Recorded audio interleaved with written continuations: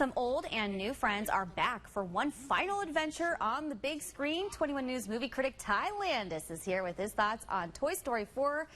I gotta say, you've got a friend in me, so what is this movie about? Yeah, so a new toy called Forky, voiced by Veep's Tony Hale, joins Woody and the gang alongside a roadside trail alongside old and new friends, revealing how big the world can be for a toy. Oh my, let's take a look. Come on, let's get you out of there. You got this. Good.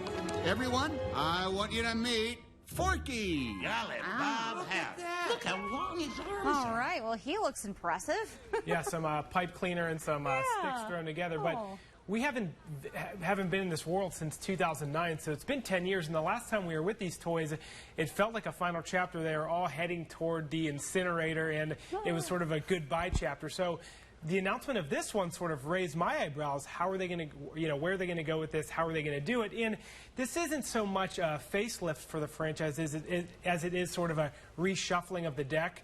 The movie is big on adventure, which I think will appeal to kids, because I think the last one was just sort of so hardcore with like the emotional weight of the story, which is nice because you followed those characters. But for young kids, that's a lot to sort of follow and digest and keep track of. This one gets back to the sort of adventure, which made the first one and the first two so good.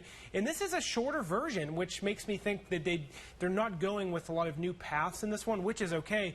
But you get some really interesting toys introduced in this one, some evil ones, some fun ones. There's Duke Kaboom, voiced by Keanu Reeves, which is really cool as the stunt motorcycle driver. But I think at the core of this franchise is what they do so good, and even though 10 years have passed, there's such a palpable sort of emotional through line where the logistics of these characters and these toys are changing in this fictional world because, they're losing their owners, the kids are growing up, new kids are being introduced, so it's a reshuffling of the deck sort of emotionally wise, but this movie isn't that emotional compared to the third one in that sort of hardcore manner, which makes this one more adventurous and more easy to understand for kids, even though those emotional beats still remain in this one, which makes it consistently entertaining and fun. Well, that's great, because really the only other one, you've got Aladdin, that's Disney, that's out, but it's for a little bit older kids maybe. Yeah. So what did you think? What's your grade?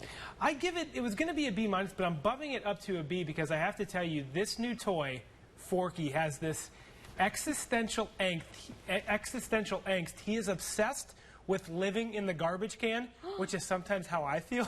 So he is so hysterical, and it's sort of dark for this toy in this world to introduce a character like this. But for the darkness that is in that character, there's lightness everywhere else. But I couldn't stop laughing and thinking about his journey throughout this film. It's really fun. It's really interesting. We'll probably see him in the toy aisle, too, very soon. Yeah, I would imagine. Oh, I always walk by, I'm like, what's the new thing? So, a fork.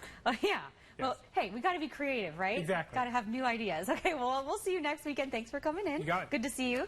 And we'll have much more on the show when we come back. Stay with us.